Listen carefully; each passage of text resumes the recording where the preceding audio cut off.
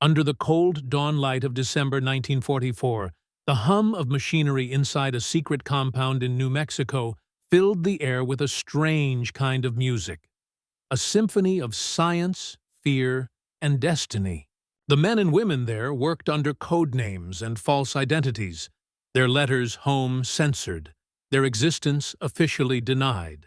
They were part of a project that even generals only knew by whispers, a project that would change not just the war, but the entire future of humanity. This was Los Alamos, the heart of the Manhattan Project, where technology had leapt forward so fast that even its creators sometimes feared what they had built. World War II was a conflict of nations, yes, but it was also a race of minds. For every battle fought with rifles and tanks, there was another fought in laboratories and factories. American scientists, engineers, and inventors pushed the limits of what was thought possible.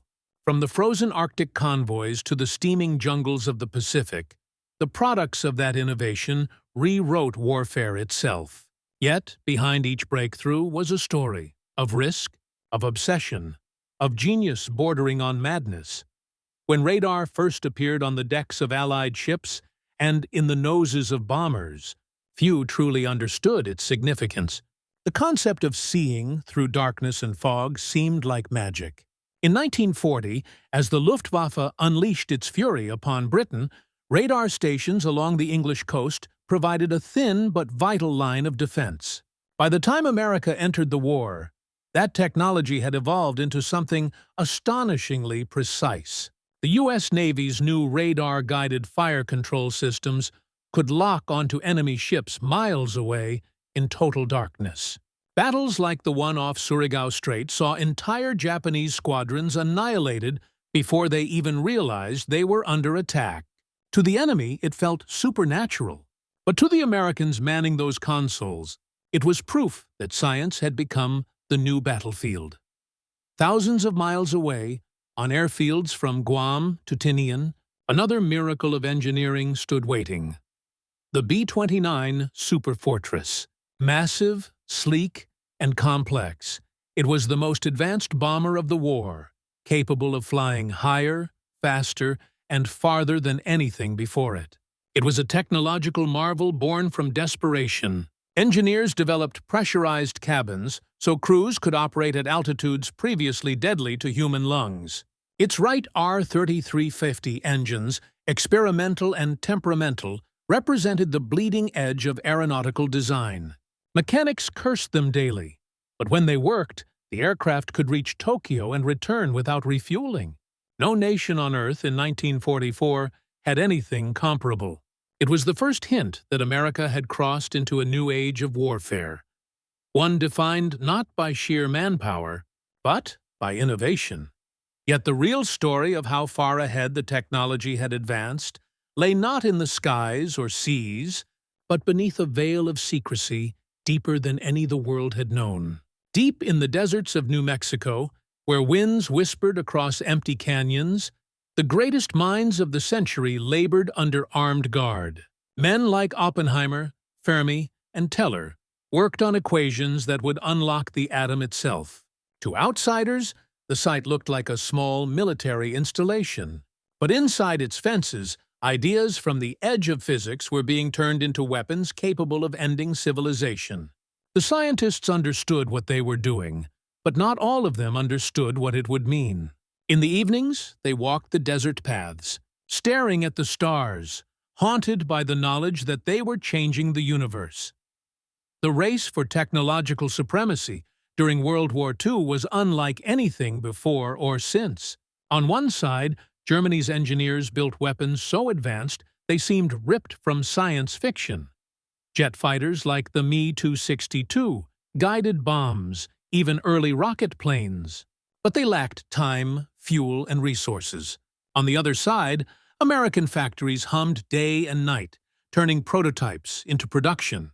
It was not just brilliance that set the U.S. apart. It was scale. The United States had transformed its vast industrial machine into a research empire, where every problem was met not with excuses, but with experiments. When one project failed, 10 more replaced it. Take the Norden bomb sight, for example. A small, unassuming device that changed the face of aerial warfare. Developed in secrecy, it allowed bombers to hit targets with astonishing precision from high altitude. Crews swore it could drop a bomb into a pickle barrel. In reality, its accuracy depended on weather, training, and nerves of steel. But compared to the crude methods of earlier wars, it was revolutionary. Pilots treated the bombsight like sacred technology. They guarded it with their lives, destroying it if capture seemed imminent. Even its inventor, Carl Norden, had not foreseen how his creation would guide the bombs that leveled entire cities across Europe and Japan. Meanwhile, out at sea, another American invention was changing everything: sonar. Beneath the waves, German U-boats had once been ghosts, invisible killers haunting the Atlantic. But by 1943, those ghosts were being hunted. American scientists had developed advanced sonar systems that could detect submarines hundreds of feet below. Combined with depth charges, radar-equipped patrol aircraft, and encrypted communications, it turned the tide of the Battle of the Atlantic.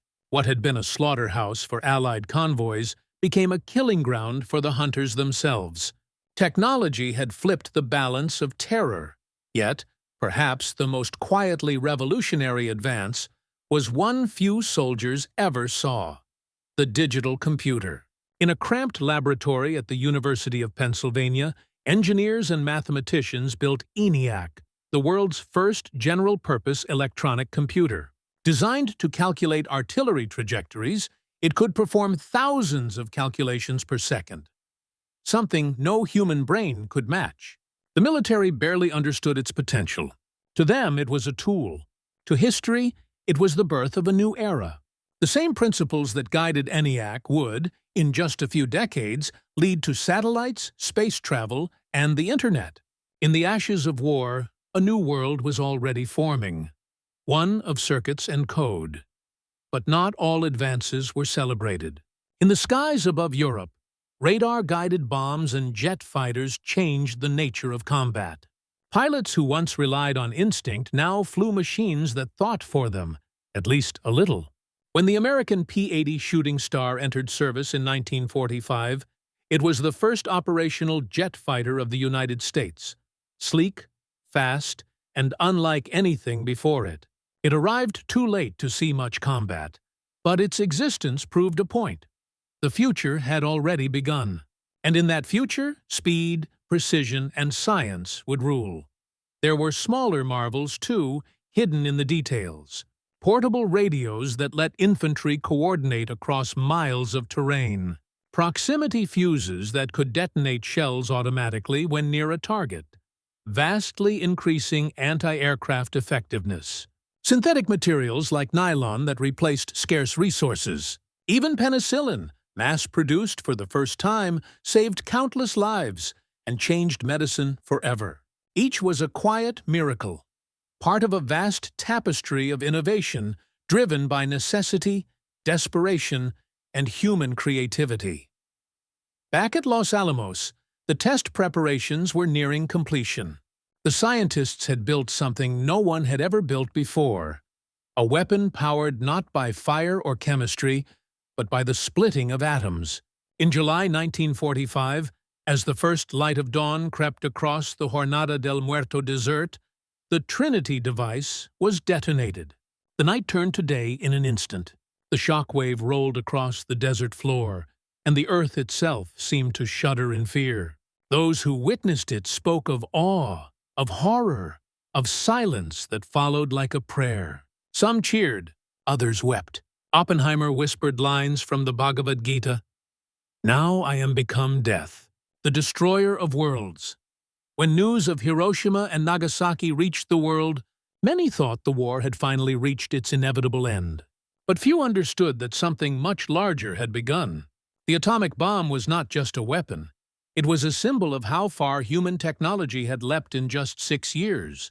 In 1939, the world fought with biplanes and bolt-action rifles. In 1945, it ended with supersonic jets and nuclear fire. Never before in history had progress moved so fast. And never again would the world be the same. For America, the war had proven something fundamental.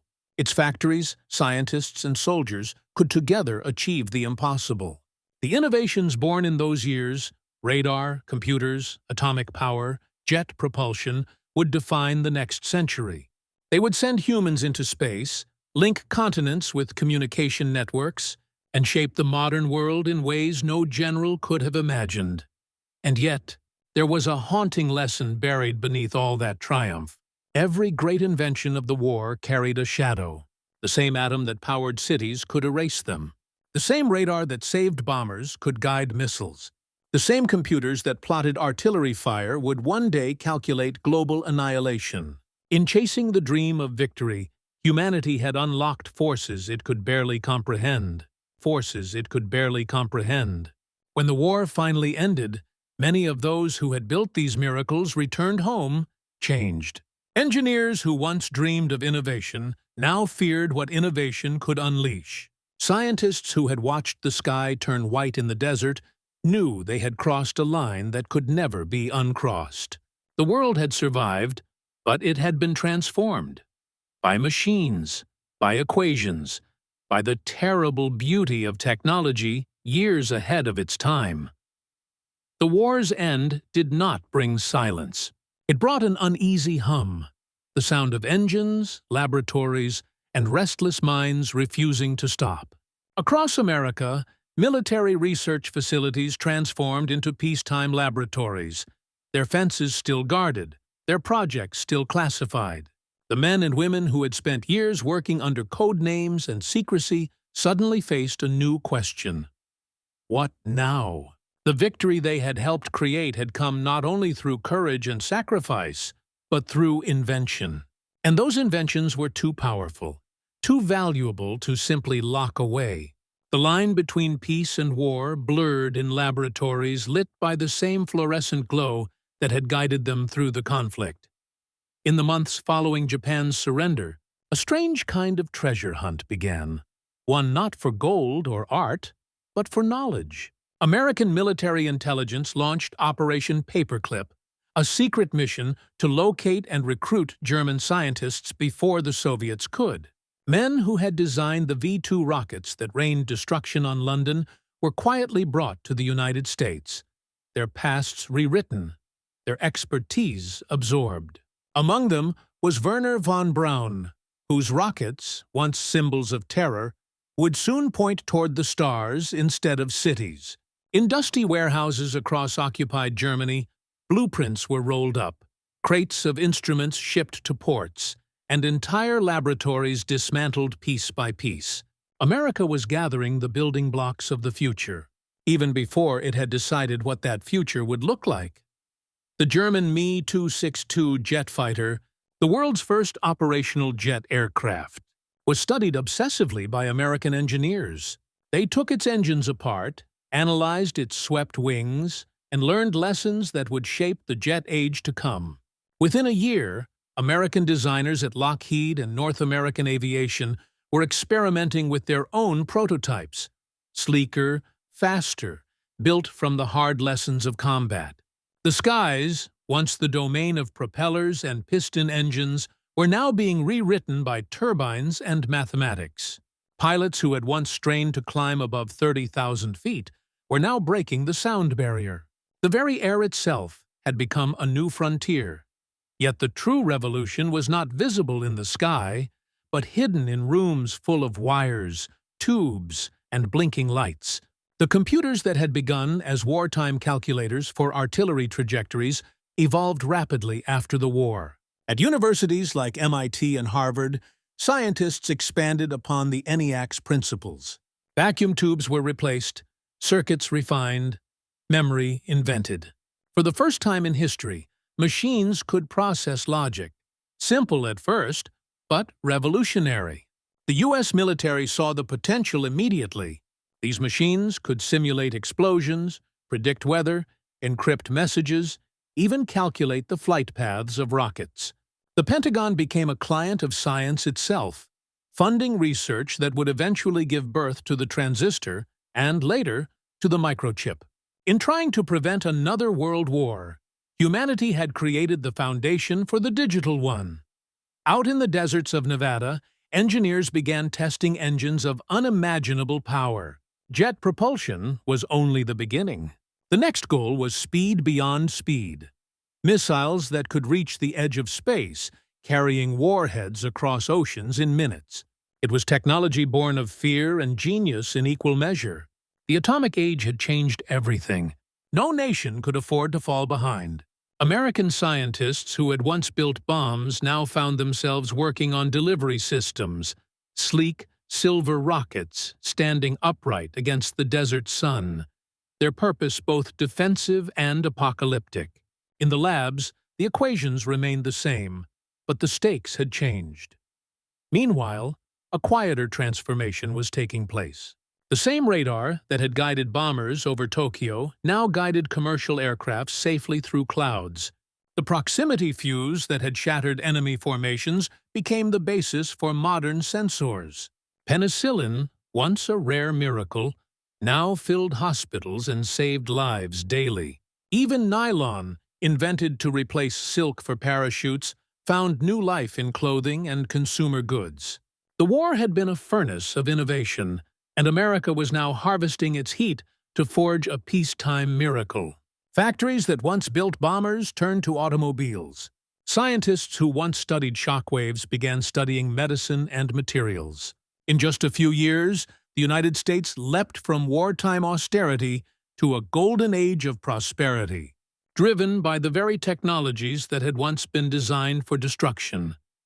But behind the optimism lay something darker, a quiet understanding that progress could never again be separated from power.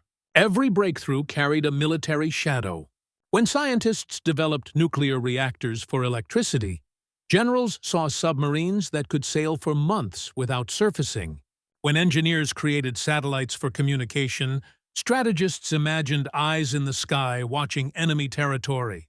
The Cold War was beginning, and with it, the continuation of World War II's technological race. Only now, the competitors were not separated by battlefields, but by ideologies and oceans. At Los Alamos, the same laboratories that had once tested the first atomic bomb were alive again. Physicists returned to study something even more terrifying: the hydrogen bomb, a weapon hundreds of times more powerful. Men who had once vowed never to repeat the mistakes of 1945 now found themselves calculating megatons instead of kilotons. The logic was cruel but convincing. Only overwhelming power could prevent another war. America's scientists, still haunted by Hiroshima, convinced themselves they were building peace through deterrence. The moral line had been erased by the speed of progress. On the other side of the Iron Curtain, Soviet scientists raced to catch up. They built their own bombs, their own computers, their own rockets. The technological miracles of World War II had not ended the struggle. They had simply made it global. But amidst this silent arms race, one unexpected dream began to rise from the ashes of war: space exploration. The same rockets that once delivered destruction could now carry humans beyond Earth's atmosphere.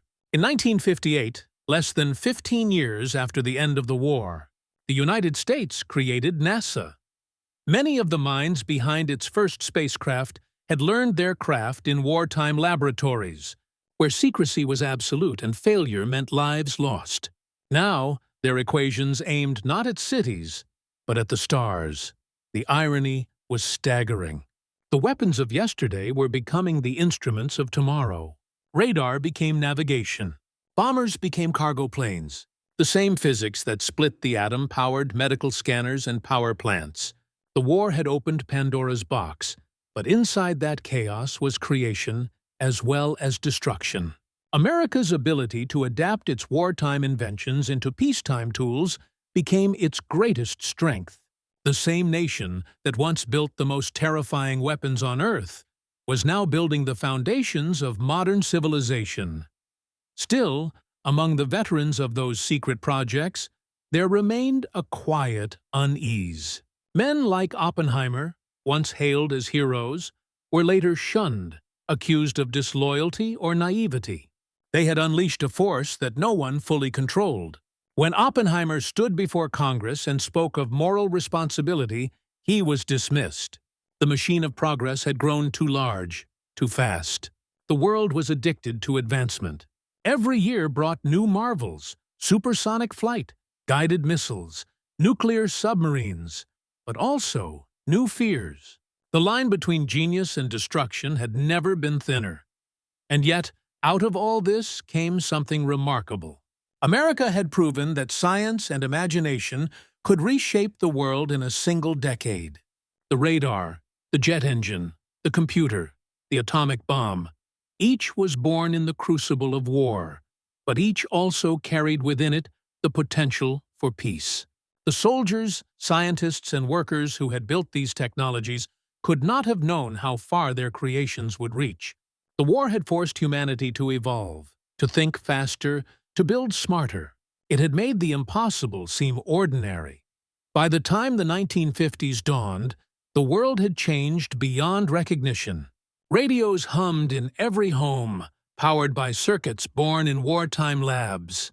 Television screens flickered with images made possible by the same cathode tubes once used in radar scopes. The B-29s that had once flown over Tokyo were replaced by jetliners carrying passengers across oceans. Even the first artificial satellites traced their ancestry back to those early V-2 rockets studied in American hangars. Technology had not just won the war, it had defined the peace. By the late 1950s, America stood at the threshold of an era unlike any before it. The war was over, but its inventions had created a new world. One connected, fast, and brimming with both hope and danger. The same minds that had once built weapons now found themselves dreaming of stars, circuits, and invisible waves carrying voices across oceans. It was as if the spirit of innovation born in the darkest years of World War II had refused to die. It had simply changed direction. When the Soviet Union launched Sputnik in 1957, the world gasped. A polished sphere, no larger than a beach ball, circling Earth every 98 minutes, sending out a faint rhythmic beep that echoed through radios worldwide. For the first time in history, humanity realized that space was not empty. It was a battlefield of knowledge and prestige. In the United States, the shock of Sputnik sent tremors through the government and the public alike. The fear was not of the satellite itself, but of what it represented. The possibility that the same technology which had once rained V-2 rockets on London could now deliver nuclear warheads from orbit. America's technological supremacy, once unquestioned, was suddenly in doubt. Within months, President Eisenhower approved the creation of the National Aeronautics and Space Administration, NASA. It was more than a scientific agency. It was a declaration that the nation that had harnessed atomic power and built the first computers would now conquer space. Engineers from across the country, many veterans of wartime research, gathered once more under a single banner. Their laboratories, once filled with military secrecy, now thrummed with ambition and imagination. They were building machines not to destroy, but to explore. Werner von Braun, the German rocket engineer who had once served the Reich, now stood in an American uniform overseeing the development of the Saturn V, rockets that would eventually carry men to the moon. It was one of history's great ironies that the same designs born in a war for domination would one day lift humanity toward peace and discovery. The scientists knew it too. Some of them, haunted by memories of what their inventions had done, saw this as redemption, a chance to use knowledge for creation rather than destruction. Meanwhile, another revolution was happening. Quietly, in basements and university labs, the transistor, born from research funded by wartime electronics, was shrinking the world of machines. The vacuum tubes that once filled rooms were replaced by components the size of fingernails. The first real computers, no longer massive, unreliable beasts of metal, began to appear in corporations, banks, and eventually government agencies. They were used to calculate trajectories, design aircraft, and manage data. What had begun as a wartime necessity had become the foundation of the information age. By the early 1960s, the children of the war were now adults living in a world transformed by their parents' inventions. Air travel became routine. Medicine advanced beyond anything imaginable in 1939, and television connected millions of homes across the nation. But even as life grew easier, faster, more modern, the shadow of war remained. Every breakthrough had a darker twin. The rockets that sent astronauts to orbit also stood ready in underground silos, armed with nuclear warheads. The computers that guided lunar landers also calculated missile trajectories. The age of progress was also the age of paranoia. In the deserts of Nevada and the Pacific Ocean, nuclear tests lit up the sky like false suns. Entire cities were built just to be destroyed by atomic blasts for study. Scientists, once heroes of victory, began to question what they had unleashed. They had reached the pinnacle of human achievement, yet stood forever on the edge of catastrophe. Every equation they solved could save or end the world. The line between genius and madness, between creation and annihilation, had become almost invisible. And yet, for all its contradictions, America's technological evolution after WWII remained one of the most extraordinary transformations in human history. It was driven not by kings or conquerors, but by engineers, physicists, and mathematicians, ordinary men and women who had worked in secret during the war and now shaped the modern world. The same country that had once built warplanes in Detroit was now building spacecraft in Florida. The same industrial might that had produced tanks now produced cars for the booming middle class. Even the cultural spirit of the nation, its movies, its music, its dreams were infused with the wonder and anxiety of the atomic and space ages. When John F. Kennedy stood before Congress in 1961 and declared that America would send a man to the moon before the decade's end, he wasn't just making a political promise. He was continuing a story that had begun 2 decades earlier.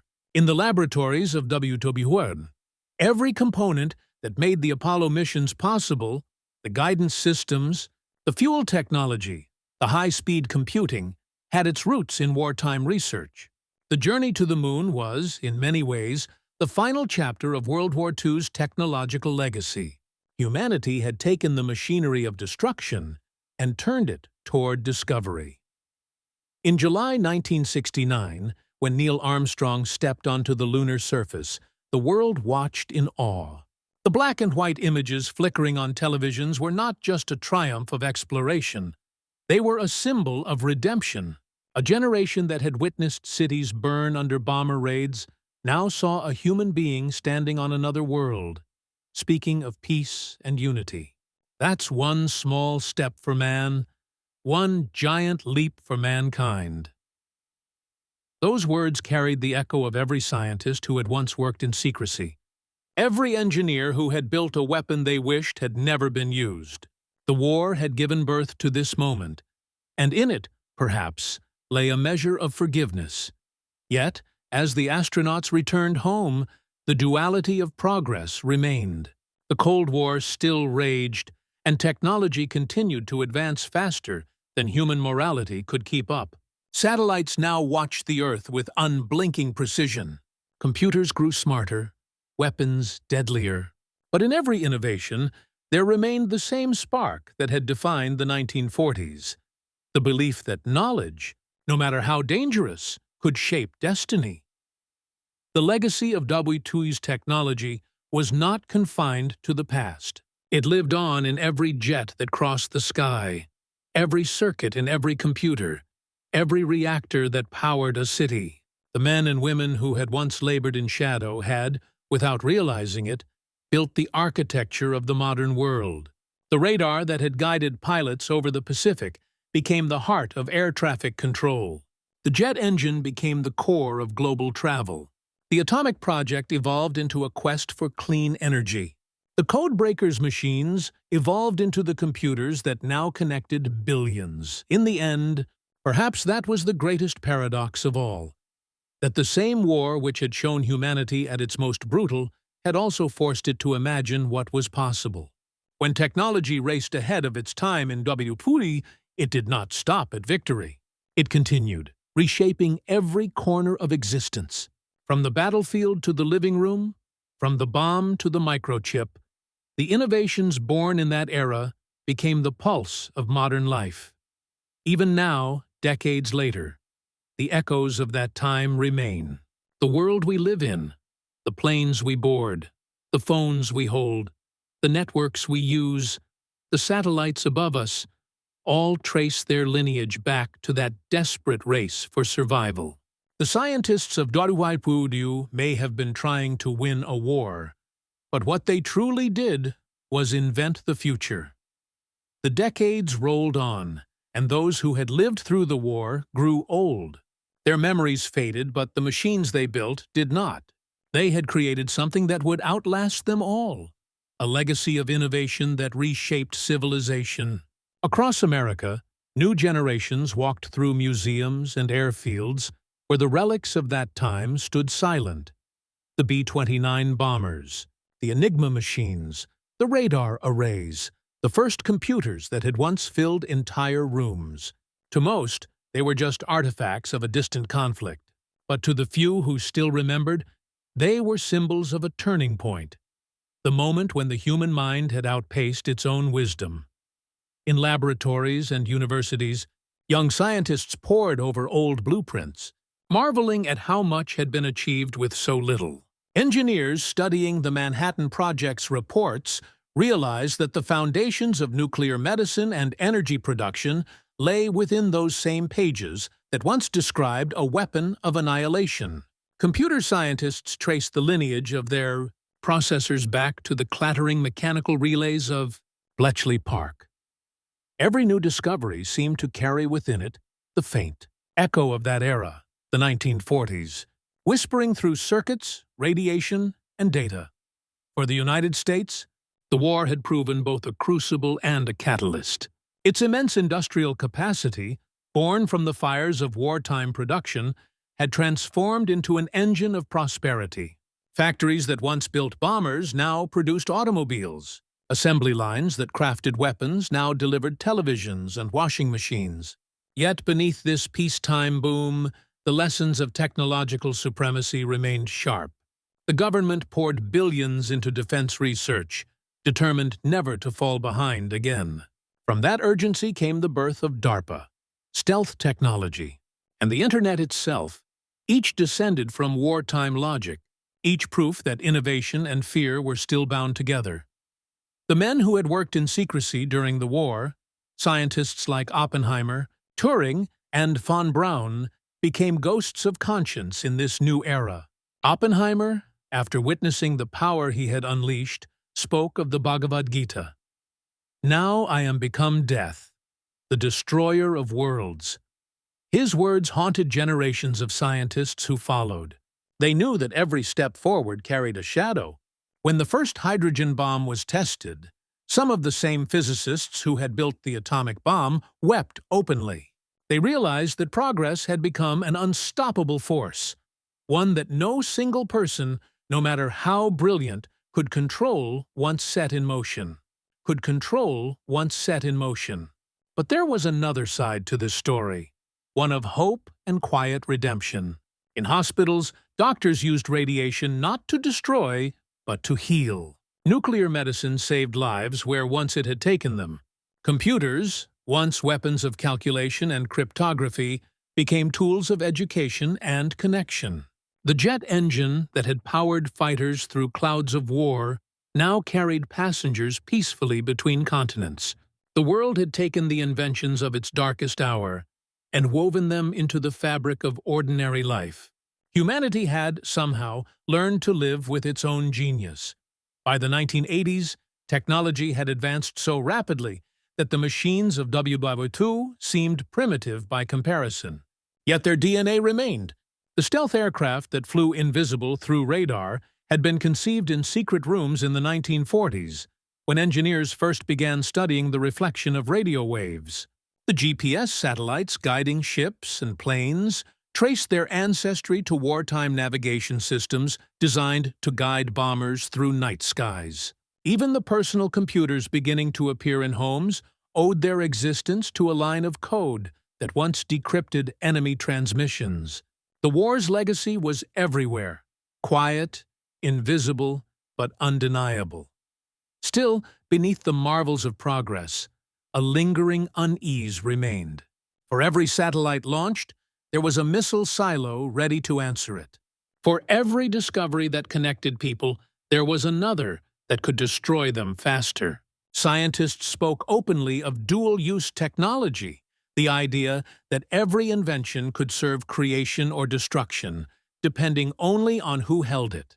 The same lessons that had begun in WWII echoed through the Cold War and beyond, that the future of humanity depended not just on what it could build, but on how wisely it chose to use it.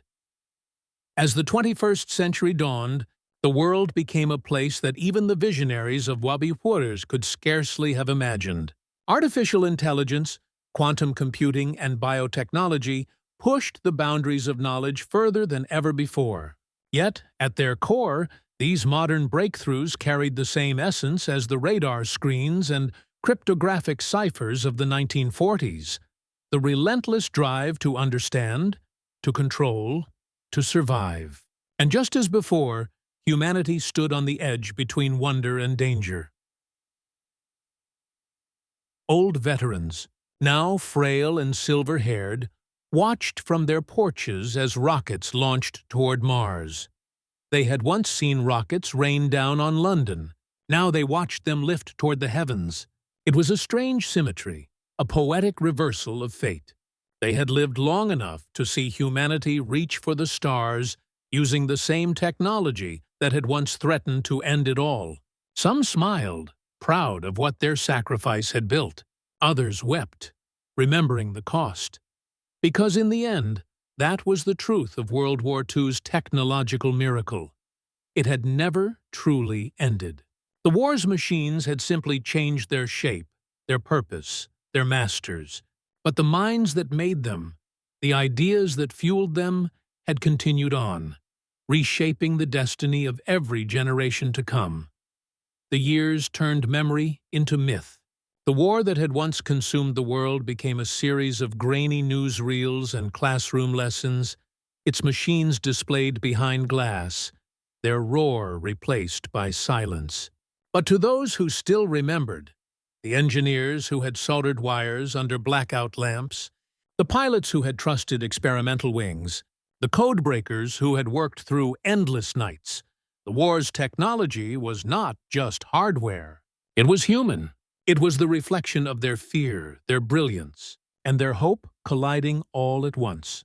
One of them was Captain Edward Hale, a radar operator stationed on the coast of California in 1943.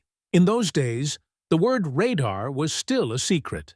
His unit watched glowing dots appear on circular screens, each flicker a heartbeat of the Pacific War. Hale had once believed he was working on a temporary innovation, something useful only for that conflict. But decades later, when he saw airport control towers guiding civilian aircraft with the same technology, he realized that the invention which once protected his country in war had become a guardian of peace. He would tell his grandson, "We built a way to see the invisible. We just didn't know how much of the world it would reveal." Others found themselves haunted by the legacy they had unleashed.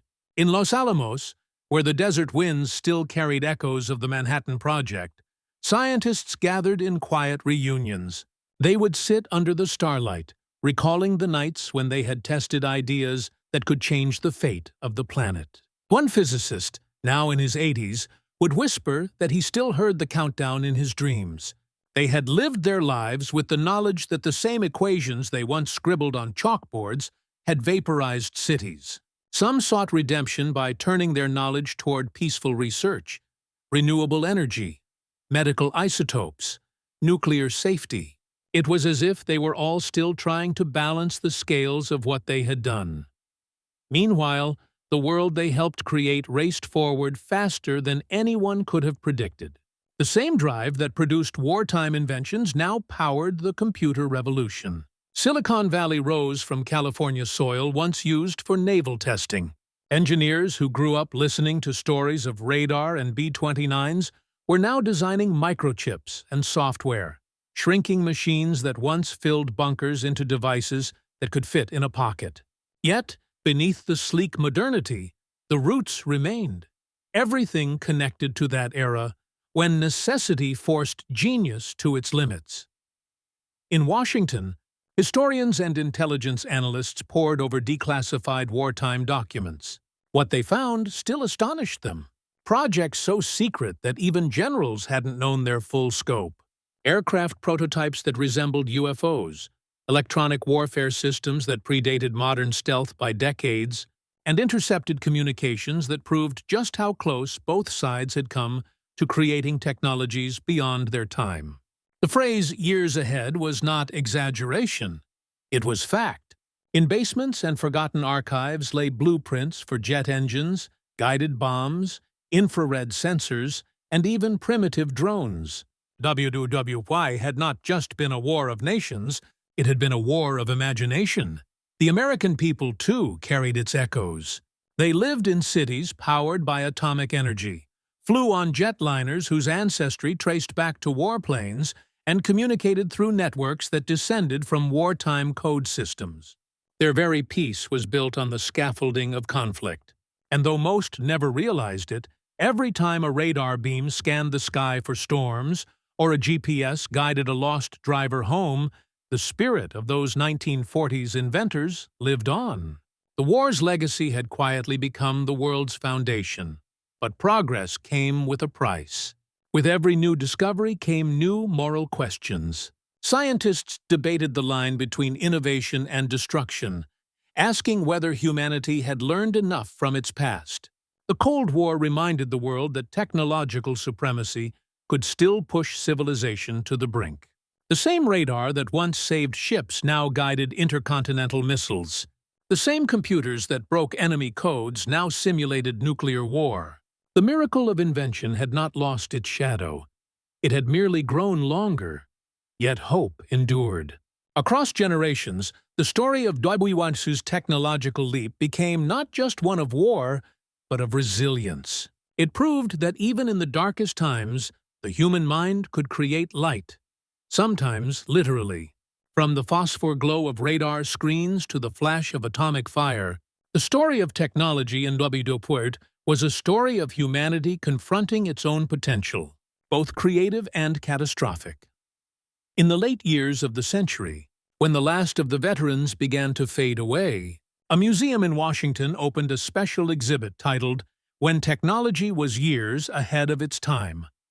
Among the displays stood a single object, a battered oscilloscope, its screen cracked but still faintly reflecting the light.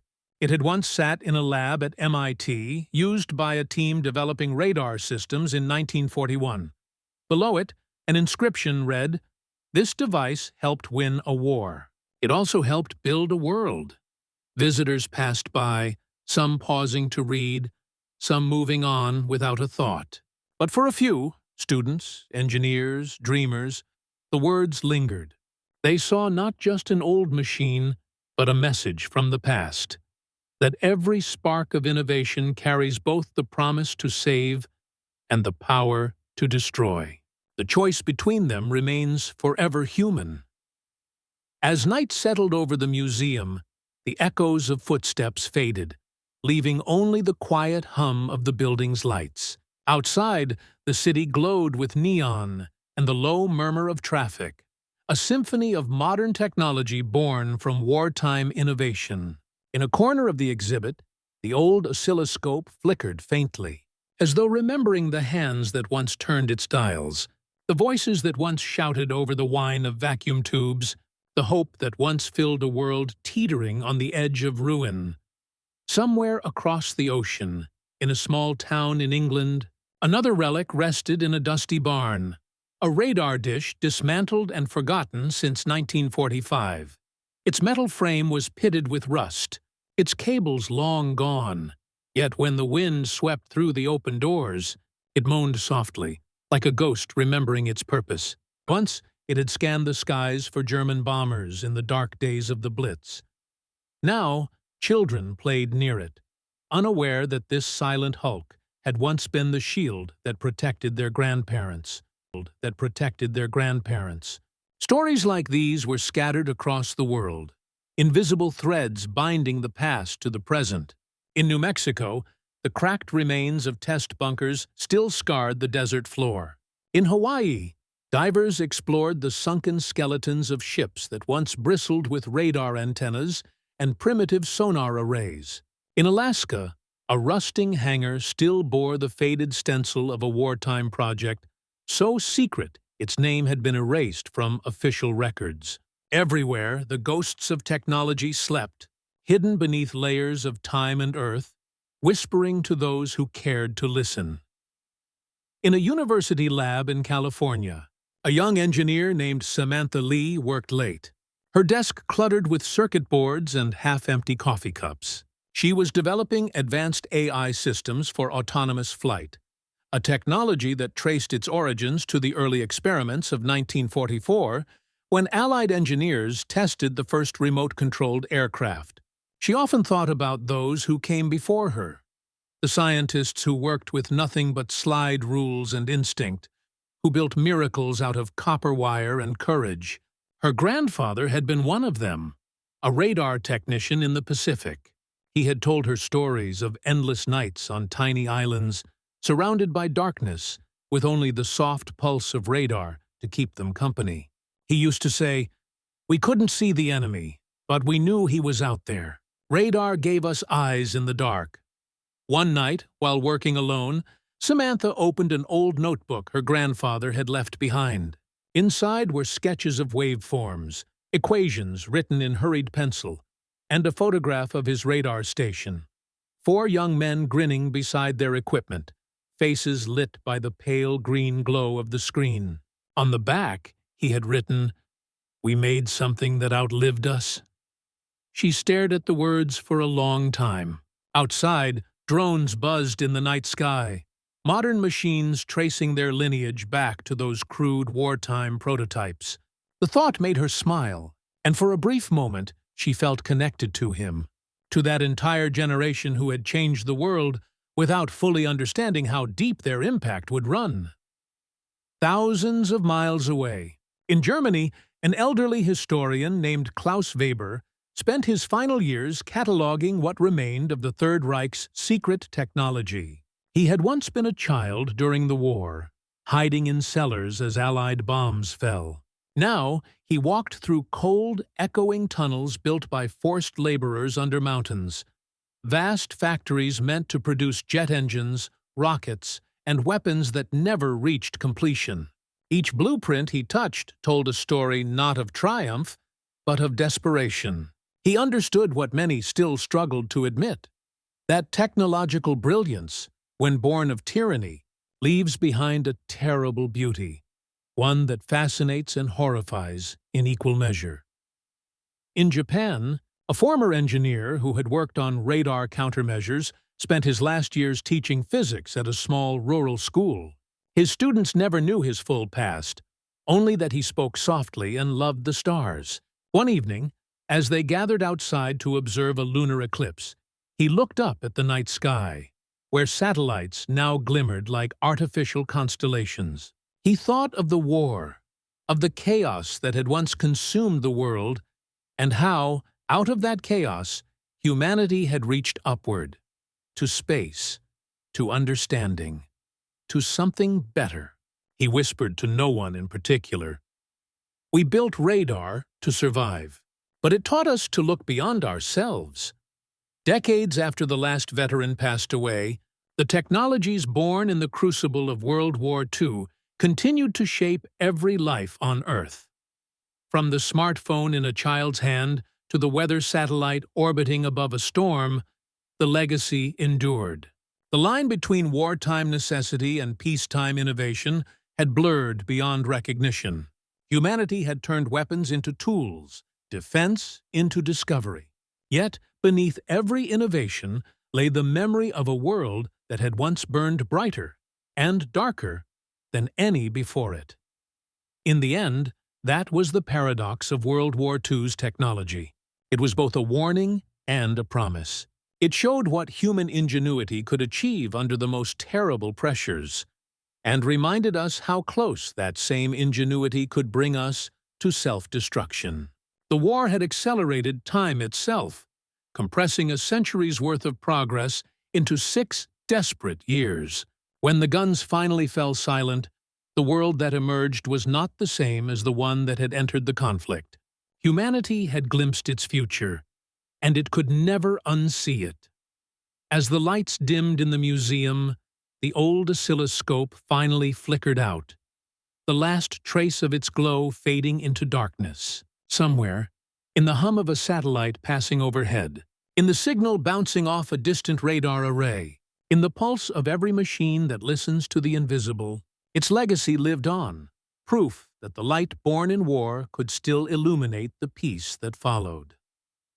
Years later, when the world had long since moved on from the thunder of artillery and the shadows of blackout curtains, the echoes of that war still pulsed quietly through the circuits of the modern age.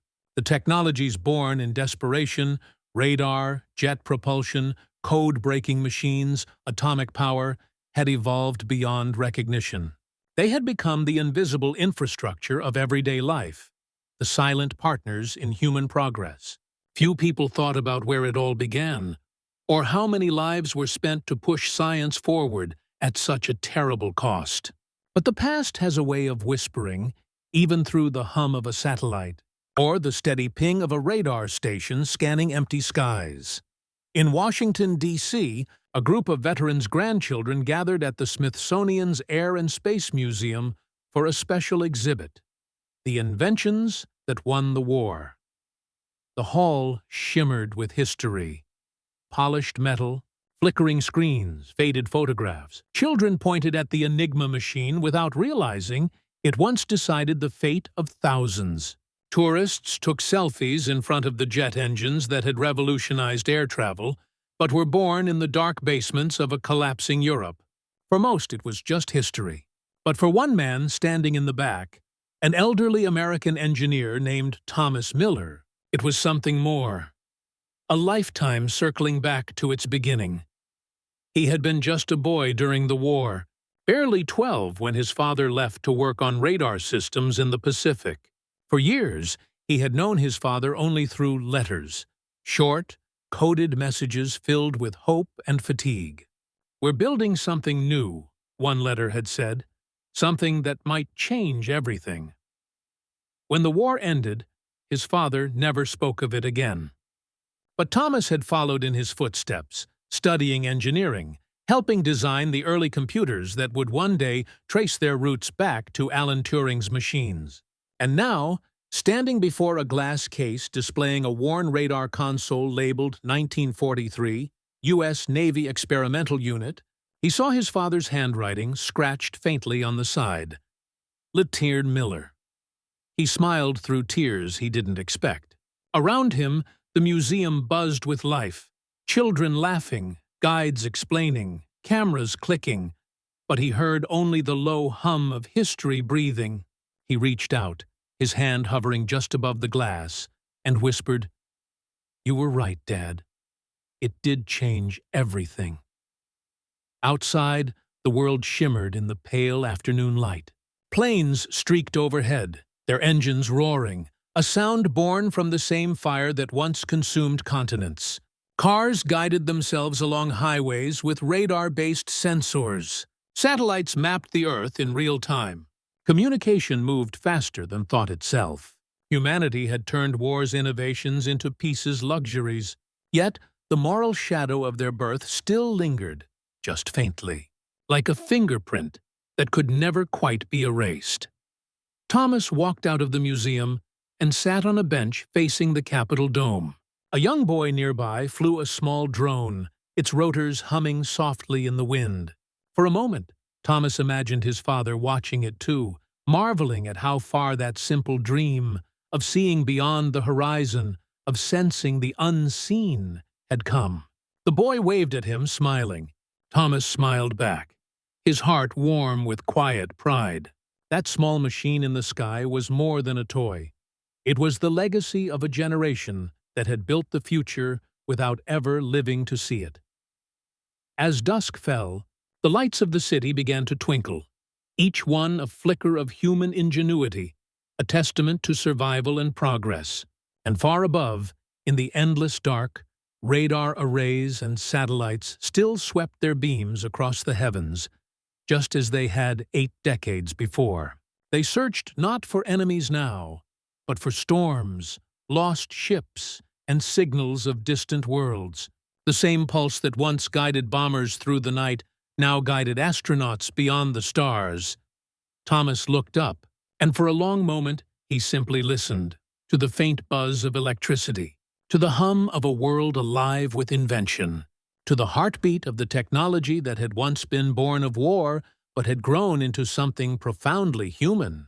In that quiet space between past and future, he understood what his father and so many others had fought for. Not the machines themselves, but the hope that those machines could someday serve life instead of destroy it. And as the last light faded from the horizon, the world seemed to whisper its own message across time, that even from the darkest chapters of history, light could still emerge, brighter, wiser, and more enduring than anyone in 1945 could have ever imagined.